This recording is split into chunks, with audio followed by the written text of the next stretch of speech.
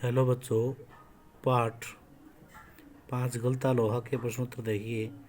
पहला प्रश्न है, कहानी के उस प्रसंग का उल्लेख करें जिसमें किताबों की विधा और घन चलाने की विधा का जिक्र आया है। उत्तर देखिए, धनराम तेरे का पहाड़ा याद नहीं कर पाया।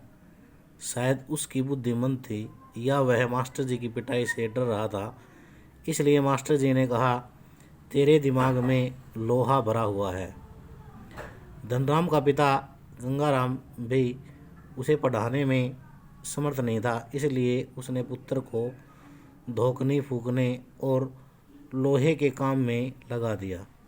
इसलिए उसने किताबी विधा छोड़कर हथौड़ा और घन चलाने की विधा को सीख लिया। सेकंड प्रश्न है, धनराम मोहन को अपना प्रतिद्वंदी क्यों नहीं समझता था। इसका उत्तर देखिए, मोहन धनराम से कहीं ज़्यादा कुशाग्र बुद्धि का था। मोहन ने कई बार मास्टर साहब के आदेश पर अपने मित्र धनराम को बेत भी लगाई थी और उसके कान भी खींचे थे। यह सब होने पर धनराम मोहन के प्रति ईर्ष्या भाव नहीं रखता था और न ही उसे अपना प्रतिद्वंदी मानता था। इसका मुख्य कारण यह था कि उसके मन में बचपन से ही यह बात बैठ गई थी कि मोहन उस जाति का है और वह निम्न जाति का है, अतः मोहन का उस पर अधिकार है।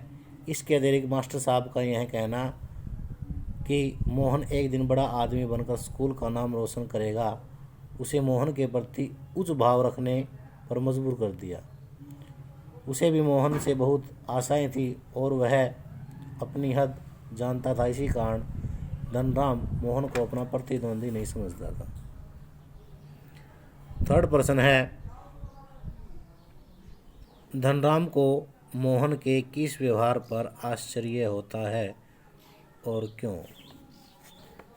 इसका उत्तर देखिए, मोहन ब्राह्मण जाति से संबंध रखता था और धनराम लोहार जाति से संबंध रखता था।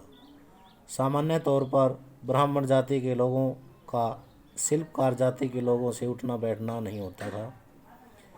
जब मोहन धनराम की दुकान पर काम पूरा होने के बाद भी काफ़ी देर तक बैठा रहा तो उसे हैरानी हुई।